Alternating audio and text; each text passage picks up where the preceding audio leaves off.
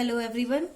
आज हम जो है 6 सेमेस्टर के एक नया सब्जेक्ट शुरू करने जा रहे हैं जो कि है हमारा मैनेजमेंट अकाउंटिंग। 6 सेमेस्टर अब ईयरली सिस्टम है तो ये आपका थर्ड ईयर में फाइनल ईयर में जो है ये सब्जेक्ट हम पढ़ेंगे मैनेजमेंट अकाउंटिंग। ये आपका एक प्रैक्टिकल सब्जेक्ट है, इसमें आपको न्यूमेरिकल और थ्योरी दोनों पढ़ना पड़ेगा। तो पहले इसका सिलेबस डिस्कस कर लेते हैं हम लोग।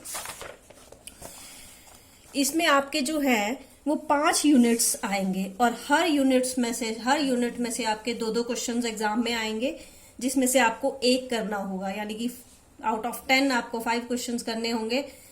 हर क्वेश्चन 14 मार्क्स का और 5 यानी कि 70 मार्क्स के जो है आपका टोटल पेपर होगा। फर्स्ट यूनिट में आपका जो है इंट्रोडक्शन एंड कंटेम्परेरी इश्यूज, जिसमें जो है आपके 2 चैप्टर्स कवर हो रहे हैं, जिसमें आपकी मैनेजमेंट अकाउंटिंग की नॉर्मल इंट्रोडक्शन दी जाएगी कि मैनेजमेंट अकाउंटिंग क्या होता है, इसकी जरूरत क्यों पड़ी, इसके ऑब्जेक्टिव्स क्या है, इसकी लिमिटेशंस क्या है, ये सारी चीजें जो है हम इस यूनिट में पढ़ेंगे। सेकेंड आपका है बजटरी कंट्रोल, जिसमें आपका एक ही चैप्टर कवर होता है, बजटिंग एंड बजटरी कंट्रोल। ये मैनेजमेंट अकाउंटिंग की ही आपकी एक टेक्निक है बजटिंग। आपने सुना होगा कैश बजट के बारे में नॉर्मली। तो इस तरह के बजट्स जो है डिफरेंट टाइप्स के, एक कैश बजट मैंने आपके बताया, इसके अलावा इसमें हम जो है फ्लैक्सिबल बजट या बजटिंग की टेक्निक का हम मैनेजमेंट अकाउंटिंग में कैसे यूज करेंगे वो आपका इस चैप्टर में जो है कवर हो जाएगा। थर्ड आया आपका स्टैंडर्ड कॉस्टिंग। इसमें आपका चैप्टर आ गया standard costing and variance analysis. Management accounting एक डिसीजन मेकिंग टेक्निक है, डिसीजन लेने के लिए मैनेजमेंट अकाउंटिंग का जो है इन्वेंशन की गई है। तो उसके लिए स्टैंडर्ड कॉस्टिंग मींस इसमें हम क्या पढ़ेंगे कि एक्चुअल में कितनी कॉस्ट आई, हमने कितनी तय की थी, वेरिएशंस कितनी आई हैं, वो सारे इस चैप्टर में आपकी कवर हो जाएंगी। नेक्स्ट यूनिट में आपके 2 चैप्टर्स कवर होते हैं, मार्जिनल कॉस्टिंग, जिसमें आपका एब्जॉर्प्शन एंड मार्जिनल और वेरिएबल कॉस्टिंग, और cost volume profit analysis and break even analysis. Break even point वगैरह आपने पहले भी पढ़े होंगे, तो वो सारा आपका इसके अंदर कवर होगा। और लास्ट यूनिट में आपका आता है डिसीजन मेकिंग। एक ही चैप्टर इसमें कवर होता है, मतलब ओवरऑल आपके 7 चैप्टर्स जो है हम इसमें कंप्लीट करेंगे विद न्यूमेरिकल एंड थ्योरी। तो आज हम फर्स्ट चैप्टर से जो कि बेसिक इंट्रोडक्शन है उसको स्टार्ट करते हैं। इंट्रोडक्शन से स्टार्ट करेंगे। तो सबसे पहले हमें ये पता होना चाहिए कि मैनेजमेंट अकाउंटिंग की जरूरत क्यों पड़ी, इसका मेन उद्देश्य क्या था मैनेजमेंट अकाउंटिंग को इन्वेंट करने का। फाइनेंशियल अकाउंटिंग और कॉस्ट अकाउंटिंग से हमें डाटा तो मिल जाता था, लेकिन उस डाटा का यूज जो है मैनेजरियल प्लानिंग, मैनेजरियल डिसीजन लेने के लिए, कंट्रोलिंग करने के लिए जो है जरूरी हो गया। उस डाटा को जो है एनालाइज करना जरूरी हो गया। तो एनालिसिस की वो टेक्निक्स जिनको डिस्कवर किया गया वो हमारा मैनेजमेंट अकाउंटिंग में इंक्लूड की गई। तो मैनेजमेंट अकाउंटिंग को जानने से पहले हमें फाइनेंशियल अकाउंटिंग या कॉस्ट अकाउंटिंग को जानना जरूरी है कि फाइनेंशियल अकाउंटिंग में क्या चीजें की जाती थी, उसकी किन लिमिटेशंस की वजह से जो है मैनेजमेंट अकाउंटिंग का यूज जो करना शुरू किया गया। तो सबसे पहले हम करेंगे आज फाइनेंशियल अकाउंटिंग।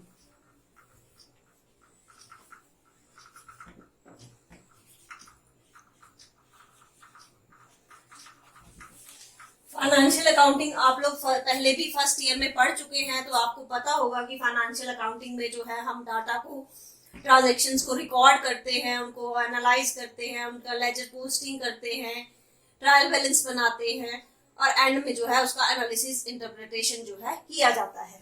तो यही चीज जो है हम फाइनेंशियल अकाउंटिंग में जो है आपको बता दी गई, मैं पहले भी आप पढ़ चुके हो।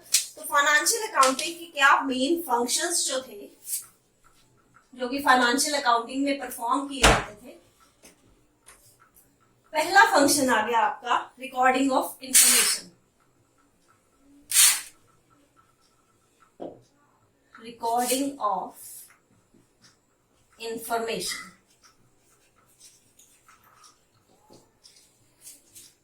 बिजनेस जब लार्ज स्केल पे होने लगा तो हर एक ट्रांजैक्शन को याद रखना पॉसिबल नहीं था। तो उसके लिए जो है हम हर एक ट्रांजैक्शन को मॉनेटरी फॉर्म में जो है रिकॉर्ड करने लगे और उसको फाइनेंशियल अकाउंटिंग में इंक्लूड किया गया। सेकंड आ गया आपका क्लासिफिकेशन ऑफ डाटा।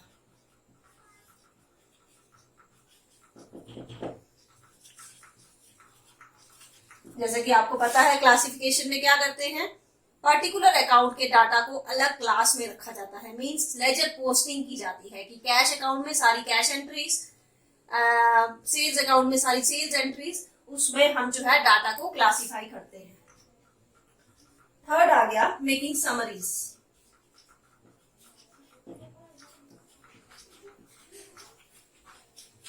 समरीज में जो है हम क्लासिफाइड डाटा को, जो कि लेजर पोस्टिंग है, उससे ट्रायल बैलेंस बनाते हैं। ट्रायल बैलेंस के अलावा उसमें profit and loss account, trading account और बैलेंस शीट बनाई जाती है। आप लोगों को ये पहले भी पढ़ चुके हो। प्रॉफिट एंड लॉस अकाउंट जो है एक पर्टिकुलर ईयर के लिए बनाया जाता है, और जो आपका बैलेंस शीट है वो आपकी एक पर्टिकुलर डेट को बनाई जाती है। जैसे कि इंडिया में हमारा फाइनेंशियल ईयर चलता है, तो 31 मार्च को जो है, हर 31 मार्च को जो है हमारे बैलेंस शीट बनाई जाती है। नेक्स्ट फंक्शन फाइनेंशियल अकाउंटिंग में क्या किया जाता है? Dealing with financial transactions.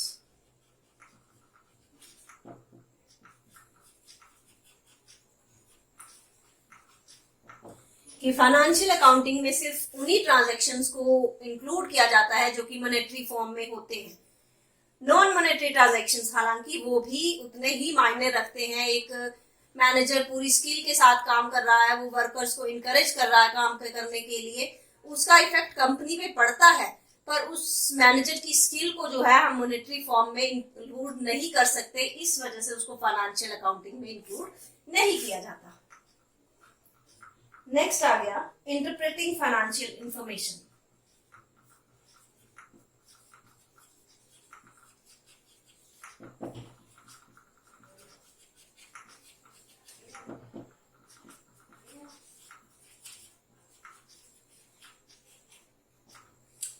कि फाइनेंशियल अकाउंटिंग का एक मेजर फंक्शन ये भी है कि जब हम जो है फाइनेंशियल डाटा तैयार कर लेते हैं, यानी कि ट्रायल बैलेंस तैयार कर लेते हैं, प्रॉफिट एंड लॉस अकाउंट तैयार कर लेते हैं, बैलेंस शीट तैयार कर लेते हैं, तो फिर उस डाटा को जो है इंटरप्रेट किया जाता है। क्योंकि जब तक डाटा सिर्फ आपके अकाउंट के फॉर्म में प्रेजेंट है, तब तक उसके कोई मायने जो है नहीं रहेंगे, जब तक उसको एक्चुअल में इंटरप्रेट नहीं किया जाएगा कि प्रॉफिट आया है तो क्यों आया है, लॉस आया है, या बैलेंस शीट में कोई आपकी एसेट इंक्रीज हो रही है, तो उसका सारी इंटरप्रिटेशन देना जो है फाइनेंशियल अकाउंटिंग में जरूरी होता है। Next function communicating results.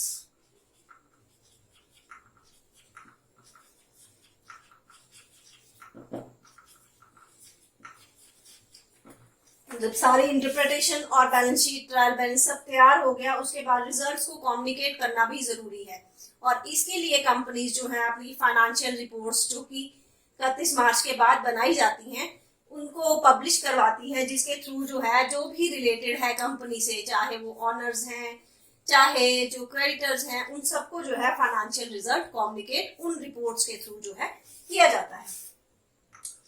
और लास्ट फंक्शन आ गया मेकिंग इंफॉर्मेशन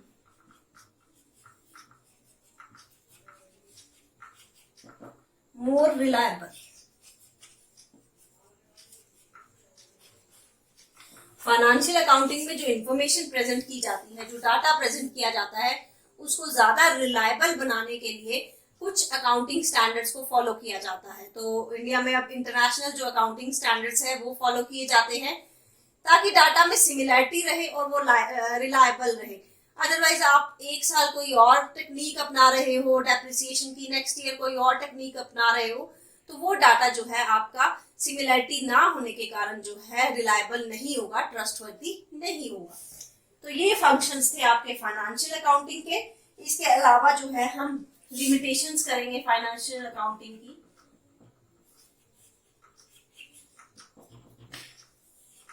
लिमिटेशंस यहाँ करना क्यों जरूरी है फाइनेंशियल अकाउंटिंग की? क्योंकि फाइनेंशियल अकाउंटिंग की लिमिटेशंस की वजह से, कमियों की वजह से ही जो है मैनेजमेंट अकाउंटिंग की या कॉस्ट अकाउंटिंग की जरूरत जो है हमें पड़ी। तो हमें पहले इसकी कमियां पता होनी चाहिए, तभी हम जो है आगे मैनेजमेंट अकाउंटिंग या कॉस्ट अकाउंटिंग जो है वो पढ़ पाएंगे। तो फर्स्ट आ गया आपका लिमिटेशंस, हिस्टोरिकल नेचर। वैसे तो आपको पता है कि फाइनेंशियल अकाउंटिंग में सिर्फ वही ट्रांजैक्शंस रिकॉर्ड की जाती हैं जो एक्चुअल में परफॉर्म कर दी गई हैं, लेकिन इन्फ्लेशन के टाइम में अभी प्राइस क्या है और बाद में प्राइस क्या होगा, साल के बाद उसमें काफी फ्लक्चुएशंस जो है वो आ जाती हैं। तो फाइनेंशियल अकाउंटिंग का डाटा जो है हमारी हिस्टोरिकल नेचर का, यानी कि पुराना डाटा जो है इसमें रिकॉर्ड होता है। सेकंड आ गया, प्रोवाइड्स इंफॉर्मेशन अबाउट द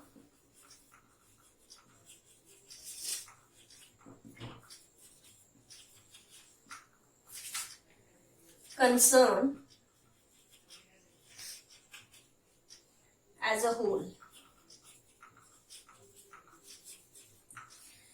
कि फाइनेंशियल अकाउंटिंग में जो डाटा मिलता है हमें, जो प्रोवाइड होता है, वो पूरे कंसर्न का, पूरी कंपनी का जो है डाटा प्रोवाइड किया जाता है। पूरी कंपनी का कितना प्रॉफिट हो रहा है, पूरी कंपनी की क्या बैलेंस शीट है, वो डाटा तो हमें मिल जाता है। लेकिन अगर हमें पर्टिकुलर प्रोडक्ट का या पर्टिकुलर डिपार्टमेंट का, जैसे मुझे सेल्स डिपार्टमेंट का ही प्रॉफिट चाहिए या प्रोडक्शन डिपार्टमेंट से रिलेटेड ही डाटा चाहिए, तो वो डाटा जो है फाइनेंशियल अकाउंटिंग हमें प्रोवाइड नहीं करवाती है। नेक्स्ट लिमिटेशन आ गई, नॉट हेल्पफुल इन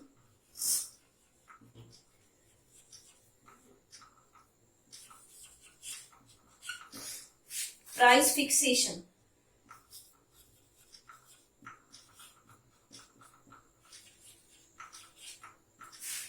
कि फाइनेंशियल अकाउंटिंग जो है प्राइस फिक्स करने में भी हमारी हेल्प नहीं करती है, क्योंकि फाइनेंशियल अकाउंटिंग में आफ्टर एक्सपेंसेस वो खर्चे जो है वो एक्सपेंसेस लिखे जाते हैं। मींस एक्सपेंस कर दिए, उसके बाद फाइनेंशियल अकाउंटिंग में लिखा जाएगा। जब एक्सपेंस हो गए तो उसके बाद उसको कंट्रोल करने का कोई फायदा नहीं होता। इसके लिए हमें कॉस्ट अकाउंटिंग की जरूरत जो है पड़ती है। जैसे कि आप पढ़ चुके हो कॉस्ट अकाउंटिंग में कि प्राइस फिक्स हम पहले ही कर लेते हैं, फिर उसके बाद उसके अकॉर्डिंगली जो है खर्चे किए जाते हैं। तो फाइनेंशियल अकाउंटिंग से प्राइस फिक्सेशन में कोई हेल्प जो है नहीं मिलती है। नेक्स्ट लिमिटेशन आ गई, कॉस्ट कंट्रोल नॉट पॉसिबल।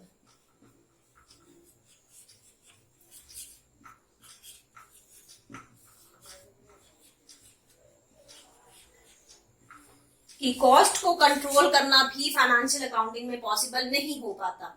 क्यों?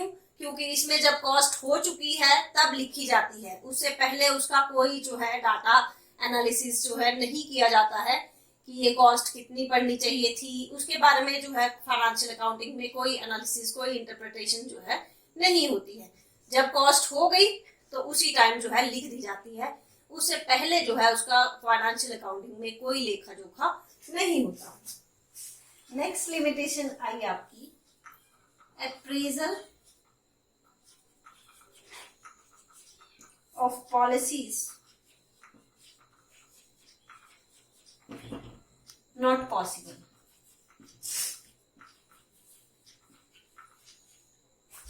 जैसा कि मैं पहले भी बता चुकी हूँ, फाइनेंशियल अकाउंटिंग में सिर्फ वही ट्रांजैक्शंस लिखी जाती हैं जो कि मॉनेटरी फॉर्म में है। नॉन मॉनेटरी फॉर्म में जितनी भी हमारी इंपॉर्टेंट चीजें होंगी, चाहे वो इंपॉर्टेंस रखती है बिजनेस के लिए, फिर भी फाइनेंशियल अकाउंटिंग में उनको इंक्लूड नहीं किया जाता। तो जैसे आपका एफिशिएंसी के साथ कोई वर्कर काम कर रहा है, स्किल के साथ काम कर रहा है, तो उसकी स्किल जो है मॉनेटरी फॉर्म में मेजर नहीं की जा सकती। उस स्किल को जो है फाइनेंशियल अकाउंटिंग में इंक्लूड नहीं किया जाएगा। नेक्स्ट एक लिमिटेशन आई आपकी, only actual cost recorded.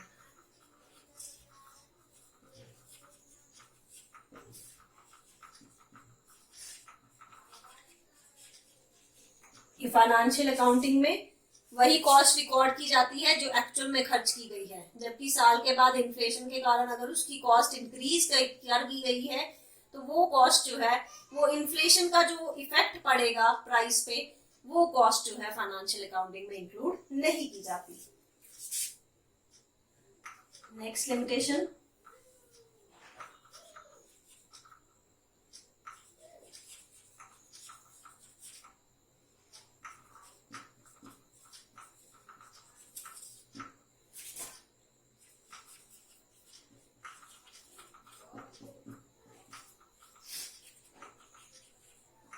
Financial accounting किसी तरह के स्ट्रैटेजिक डिसीजंस लेने के लिए जो है हमारी हेल्प नहीं करता। उसके लिए हमें मैनेजमेंट अकाउंटिंग की जरूरत पड़ती है, क्योंकि इसमें जो है कोई भी टेक्निक जिससे हम फाइनेंशियल प्लानिंग कर सके या मैनेजरियल डिसीजंस ले सके, कंट्रोल कर सके, वो टेक्निक्स जो है फाइनेंशियल अकाउंटिंग में इंक्लूड नहीं की जाती। उसके बाद आ गया आपका टेक्निकल सब्जेक्ट।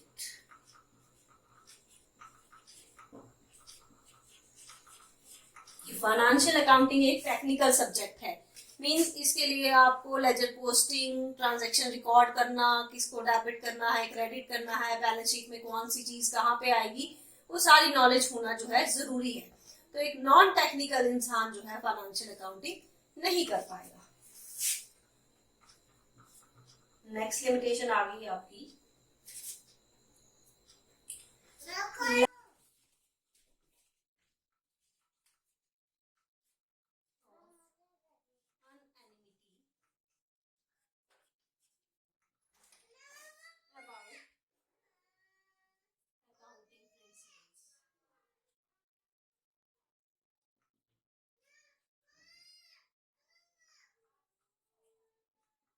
कि अकाउंटिंग प्रिंसिपल्स जो फॉलो किए जाते हैं उनमें जो है सिमिलरिटी नहीं रहती है। जैसे मैंने बोला अकाउंटिंग स्टैंडर्ड्स तो हैं, पर अकाउंटिंग स्टैंडर्ड्स में भी कई बार कुछ ऐसी टेक्निक्स होती हैं जो कि कंपनीज में अलग अलग है। तो अगर हम कंपेयर करना चाहें तो वो टेक्निक्स जो है कंपेरेबल नहीं होगी। जैसे फॉर एग्जांपल डेप्रिसिएशन की मेथड है, एक साल हम स्ट्रेट लाइन मेथड लगा रहे हैं, नेक्स्ट ईयर हम डिमिनिशिंग बैलेंस मेथड लगा रहे हैं, तो वो कंपनी जो है उन सालों में कंपेयर नहीं कर पाएगी।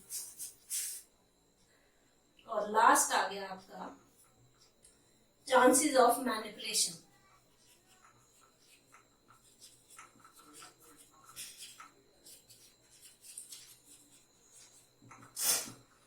कि मैनिपुलेशन के चांसेस जो है फाइनेंशियल अकाउंटिंग में ज्यादा होते हैं, क्योंकि आपको रिकॉर्डिंग जो ट्रांजैक्शन रिकॉर्ड करनी है वो बिल्स के थ्रू करनी है। आप बिल ज्यादा अमाउंट का बना के जो है वहां रिकॉर्ड कर रहे हो, तो वो मैनिपुलेशन टेक्निकल सब्जेक्ट है, जैसे कि पहले भी बोला।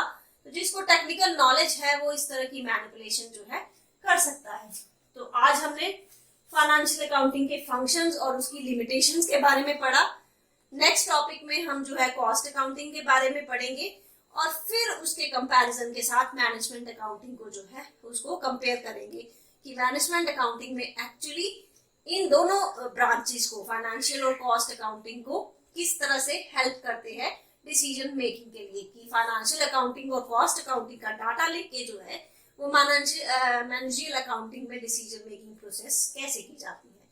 अगर आपको, वैसे तो आप ये पढ़ चुके हो, लेकिन फिर भी कुछ समझ ना आया हो तो कमेंट सेक्शन में जो है लिख दीजिए।